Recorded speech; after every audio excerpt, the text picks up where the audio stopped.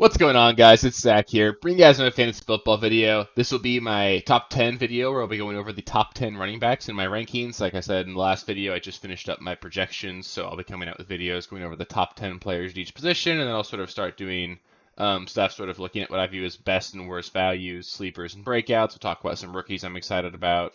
Lots of stuff coming up. It's going to be super exciting. If you didn't watch the top 10 quarterback video, I highly recommend going to do that. That way you can see where I have those guys ranked. And I think especially for the quarterback position, it does matter because you're really only drafting 10 to 15 quarterbacks depending upon the number of leagues you're in. Some teams will take 2 quarterbacks, but especially at the quarterback position, there aren't that many quarterbacks, so it's definitely worth noting. Running backs are going to be a super fun list to talk about here too. I surprised myself a little bit with some of how I had these guys ranked. You're seeing Raheem Mostert right here on the title screen. He's not in my top 10. He came in as my running back 11, but just wanted to give him an honorable mention as well. But yeah, it should be a lot of fun. Tomorrow you guys will get the top 10 wide receivers. The day after that you'll get tight ends, and I'll try and sprinkle in some mock drafts and stuff here and then as well. So it's going to be a lot of fun. And yeah, let's just get into the number 10 running back here. Starting things off at number 10 for us, it's going to be Rashad White. He stats out as my running back 10 on the season. He's currently being drafted as the 14th running back off the board, going around 54th overall, so it's like a mid-5th round draft pick. He's coming off of a season where he finished as the running back 4. I will note right now that these projections I'm doing and the rankings that I've gotten right here, this is for full PPR, so in like a half PPR or standard format, I would have Rashad White relatively lower than where I have him right now, but I think especially in full PPR formats, it's really reasonable to expect very similar production out of Rashad White to what we got at the end of last season, especially over the back half where he just really played like a dominant fantasy running back. He's extremely involved as a pass catcher in this offense. He's honestly a focal point for the offense, and they didn't really add any significant backfield competition here. They drafted Bucky Irving in, I believe, the 4th round this year. Bucky Irving is also more of a pass catching specialist. He's not someone that's going to steal snaps or carries from Rashad White, so he'll just be in there to spell him when they need him. Rashad White's still going to be that like workhorse running back that he was last season, and the only real concern I would have here for Tampa is that they did lose Dave Canales, their offensive coordinator, who's now the head coach of the Carolina Panthers. It should mean I like Dave Canales a lot. I think he was really helpful to this team, so I do think that we could see a bit of a dip in production compared to last season, but having him as the RB10 I think is completely reasonable. I think being drafted as the RB14 is really great value, and I have no problem drafting him where he's being drafted right now. Next up, we've got Josh Jacobs coming in as my number 9 running back this season. He's also being drafted as the running back 9, going around 31st overall, so it's like a mid to late 2nd round or mid to late 3rd round draft pick. He just simply wasn't good last season. He was extremely inefficient, still had that ton of volume that he had while he was healthy the year before. But he just finds himself in a much better offense this year, and that's why I'm pretty optimistic. He's got extremely high touchdown upside in this Packers offense, and he's certainly going to catch a lot of passes. I didn't even stat him out to score a lot of touchdowns, especially on the ground, because I do expect the Packers to be so pass heavy, but he's a guy that does legitimately have top 15 or 15 touchdown upside over the course of the season. Could easily be a guy that just puts up some monster numbers because he's going to be probably the workhorse running back in a really good offense. If he can return to that form that we saw 2 years ago where he just broke out and was an absolute dominator for fantasy, he's got a legitimate shot to be a top 3 fantasy running back this season. I know last season was bad for him, but we do have to remember he was holding out with that contract dispute. Didn't really have an off season. I think it's possible that played into why he just wasn't himself over the course of the last season. So if he can return to being that full health, full just dominant force that he was 2 years ago, he could easily be a top 3 running back. And honestly, he's got a shot to be the running back 1 overall if touchdowns break right for him. So I don't mind drafting him as the running back 1 for my roster. I think he's in all likelihood probably going to finish as like a low end running back 1 right around where I have him drafted, but he's definitely got upside to be even more than that this season. Next up, we've got Saquon Barkley coming in as my 8th running back in my rankings. He's being drafted as the RB7, going around 15th overall, so it's like a mid-2nd round draft pick. He's finally going to be a part of a good offense. For the first time in his career, he's not going to be the only thing in the offense that makes things tick, and that's really exciting for him. He's definitely going to have a lot more touchdown upside than he had last season, and that's certainly something that we can be excited about. I will note that reception upside for Saquon is probably going to be limited here. We don't see the Eagles really throw the ball to their running backs a whole lot. I think you can expect somewhere in like the 40 target range over the course of the season for him. So you're looking at maybe 2 catches a game. Not bad, but you're not going to get peppered with like 5, 6 targets a game like some of these guys do in CMC and Kylin Williams and Jameer Gibbs. So you're not going to have that much reception upside here for Saquon, but he could certainly set career highs in touchdowns and yard per carry this season. He's finally got a good offensive line, a good offense. I'm super excited to see what Saquon Barkley can do here. Obviously, he's not really going to score from the 1 yard line. We know the Eagles, if they do get to the 1 yard line, they're going to execute that tush push. So you might see a little bit of handicapped or tapped or capped potential on that touchdown upside here, but I think he could easily put up 15 touchdowns over the course of the season.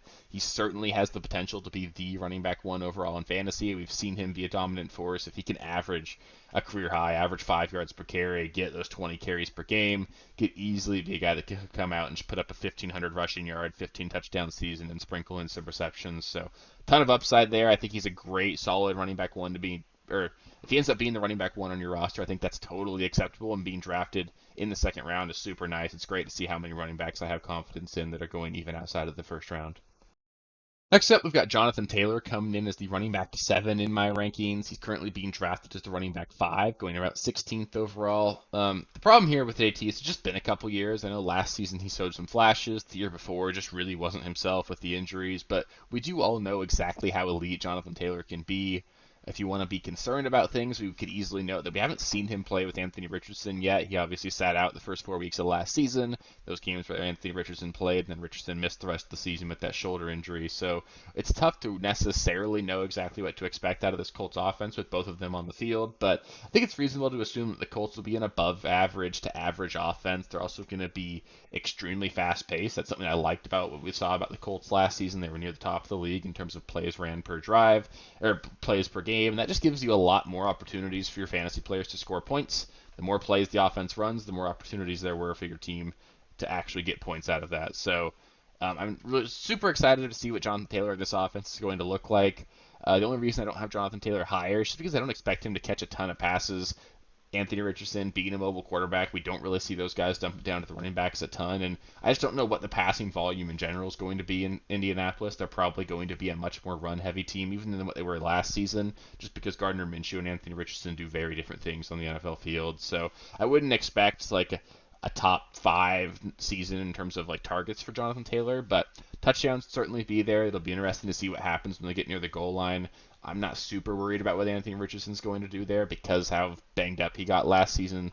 I don't think they're going to want to necessarily put Anthony Richardson in a position where he's getting hit all the time. So Jonathan Taylor should still be a workhorse running back, is going to see a ton of touches, but they even lost Zach Moss this last offseason. So it's Jonathan Taylor and like Trey Sermon. So there's going to be a ton of workload for Jonathan Taylor. They paid him. He's going to be a workhorse running back. Then it's just a matter of seeing where the touchdowns and receptions fall for him, along with if he can stay healthy. Next, we've got Jameer Gibbs coming in as my running back 6 this season. He's being drafted as the running back 4, going around 12th overall, so right at the end of the first round for most people. Obviously, it's going to be really fun to see what happens with all those ADPs over the course of the offseason, but he finished last season as the running back 10, and he really came on strong in the second half of last season, finishing as a top 5 running back just over that stretch. Detroit really also added no major weapons from last season, and in fact, they did lose Josh Reynolds, someone who was involved enough in the offense that I think there will be a little bit more target distribution to go around to all the other guys, probably going mostly towards Jameson Williams, but the key takeaway there is that there's no reason to expect Gibbs to not be just extremely involved in this Lions offense. He's got a legitimate shot to lead the running back position in targets this season, and he's talented enough to make several explosive plays happen. I know the one knock on him is going to be that David Montgomery's probably going to steal the short yardage and goal line work, so you're not looking at a guy that I can really expect to get 10-plus rushing touchdowns this season, so that's why I don't think he really has like running back 1 overall upside without an injury to David Montgomery, but he's going to get a ton of work. He's going to be extremely efficient. There's a lot of opportunities to go around in this offense, and I think Jameer Gibbs can easily be a locked-in running back 1, and I'd be super excited to have him on my roster. Next up, we've got Benjon Robinson coming in as my running back 5, currently being drafted as the running back 2 off the board, going 6th overall. We're seeing a lot of receivers go after generally Christian McCaffrey goes 101, and then we see guys like CeeDee Lamb, Tyreek Hill, Justin Jefferson, Jamar Chase, sort of those kind of tier of guys going ahead of these guys, the next running backs. But there's a case to be made that Benjon Robinson is already the most talented running back in the NFL. I think I would argue he's the second most talented running back in the NFL, just behind Christian McCaffrey. But just watching him play football last season was a lot of fun. He's clearly a very talented NFL player, and he finished as the running back 9 last season, just despite being extremely underutilized and being a part of just an absolutely horrible offense. The Falcons couldn't get anything going really anywhere outside of Benjon Robinson. Drake London had a couple spike games, but the quarterback play was just way too bad for Atlanta to score on a regular and consistent basis. And on top of that, Arthur Smith was just adamant about giving Tyler Algier almost as many touches as Benjon Robinson. So I think that the good news is this season they've got a new head coach in Raheem Morris. They've got a new quarterback in Kirk Cousins. He's got a legitimate shot to be the running back 1 overall this season. It's just the question of the matter here is just how good is Kirk Cousins going to be? How much better is he going to make this offense? If Kirk Cousins can come back and just play the way he was last season before the injury, then obviously this Falcons offense could be a top 10, top 5 offense in the NFL. They've got the weapons to do that, and Benjon Robinson's going to be a focal point. So somewhat wide range of outcomes here, but I do think that RB9 is genuinely the floor for Benjon, barring injury, of course.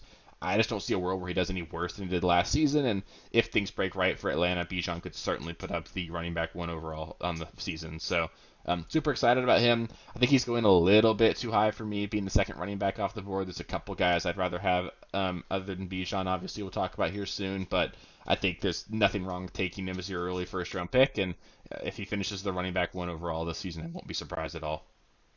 Next up, we've got Kylin Williams coming in as my running back 4 this season. He's currently being drafted as the running back 6, and I honestly genuinely expected to be lower than consensus on Kylin Williams here. He finished as the running back 7 last season despite missing 5 weeks.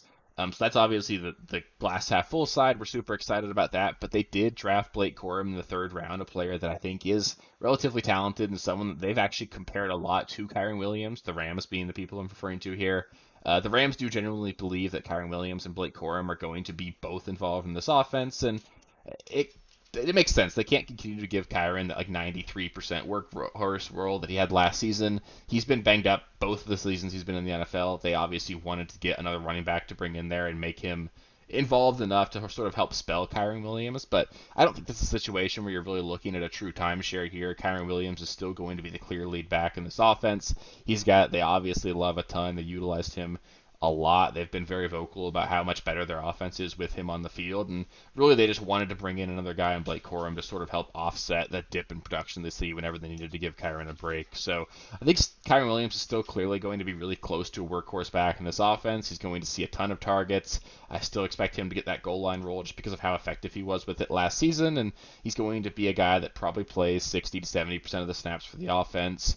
He'll be involved at the goal line and as a pass catcher. And this Rams offense is just legitimately good. There's a lot of weapons. Puka Nacua taking potentially a step forward in year 2.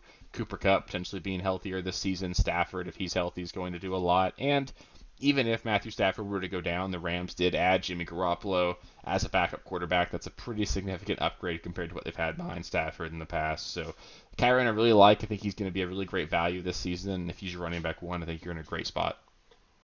Next up, we've probably got one that's going to surprise a lot of you. I've got James Cook coming in as my running back 3. This one surprised me quite a bit as well. Even after going through my projections and seeing where I had him ranked, I really tried to dig deep onto James Cook, tried to move around the numbers a little bit to make it more sense, and he went from my running back 2 to my running back 3. So I actually really think James Cook is going to end up being one of the best values in drafts this season. He's currently being drafted as the running back 12, going 47th overall, and the fact of the matter is he finished as the running back 12 last season and did so while only scoring 2 touchdowns on the ground. This offseason, Buffalo lost Stephon Diggs and Gabe Davis. And on top of that, James Cook was just much more involved over the back half of last season when they switched the offensive coordinator. It's very clear here in Buffalo that they want to run this offense through Josh Allen and James Cook. James Cook is going to be extremely involved as a pass catcher.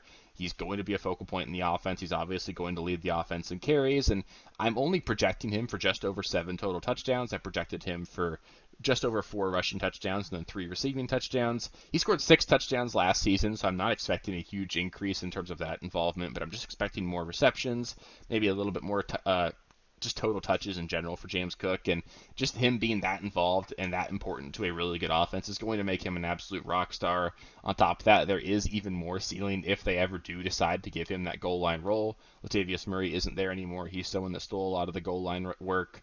They did draft Ray Davis, the 3rd round pick here, or 4th round pick, a guy that they do expect to use potentially near the goal line. That is a bummer here for James Cook, but the fact of the matter is he just doesn't need that goal line production to continue to be elite.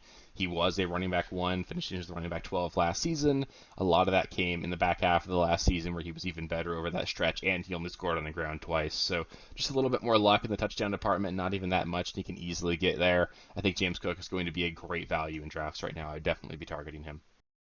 Coming in as my running back 2 is going to be Bree Hall. He's currently being drafted as the 3rd running back off the board, going around 8th overall in drafts right now, and really, I think he's actually being drafted too low, going as the RB3. He managed to finish the season last year as the running back 2, despite the Jets offense being just completely worthless. He only scored 4 rushing touchdowns on the season, and obviously he made a lot of happen just through the air. I believe he had 76 receptions over the course of the season.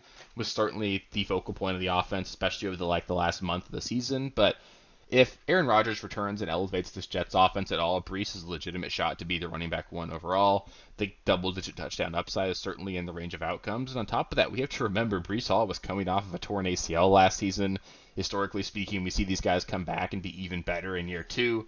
If Bree Hall is going to be even better this year than he was last season, then look out, NFL. Bree Hall is going to be a monster. He doesn't even really need the Jets offense to get better for him to be elite, because he was elite last season with a really awful offense. So, with so many wide receivers being drafted in the first round of drafts as well right now, I think that Bree Hall could easily end up being one of the best values in round 1. I'd be super stoked about it. Outside of Christian McCaffrey, I think he's the running back you want to target, and if you can get him on your roster, I think you've legitimately got a real shot at the running back 1 this season. And finally, we've got my running back 1 and the consensus running back 1, along with the 101, the one and only Christian McCaffrey. He's king in fantasy football right now. He finished as the running back 1 last season by a mile. He literally had over 100 more fantasy points over the course of the season than Bree Hall, who finished as the RB2. Basically, Christian McCaffrey is 6 points per game better than any other running back in the NFL, which is just absolutely insane. If healthy, he's all but a lock to be a top 3 running back. There's no way he really finishes below that if he plays all 17 games. He's just too good. He's too involved in the offense, does too much both at the goal line and as a pass catcher, and there's really not that much else to say. If you've got the first overall pick, you're silly if you're not taking Christian McCaffrey, and he's just awesome. We have to continue to expect him to be awesome until we perceive otherwise. So Christian McCaffrey's great. There's not a whole lot else to say there.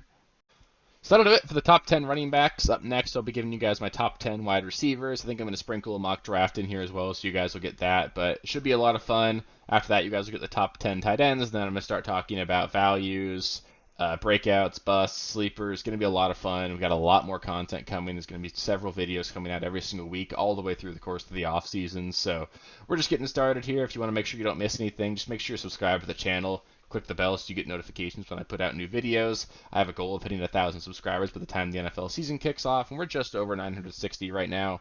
Less than 40 to go. We can definitely get there, and I know a lot of you guys watch these videos and aren't subscribed yet, so please do subscribe if you haven't already. On top of that, if you guys are subscribed already, just make sure to give the video a thumbs up as well. It helps with the algorithm, helps me know I'm doing a good job, and if you made it this far in the video, you clearly enjoyed it, at least enough to stick around for it. So, yeah, I really appreciate all you guys. It's going to be a lot of fun. We got a lot more coming up, and just going to be a lot of fun. So appreciate all you guys, and I'll catch you next time. Peace.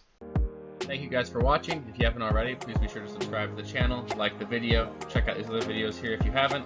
If you want more content, please feel free to follow me on Twitter at RealSteelFFB. I'll be more active on there as the season goes on. Thanks. Catch you later.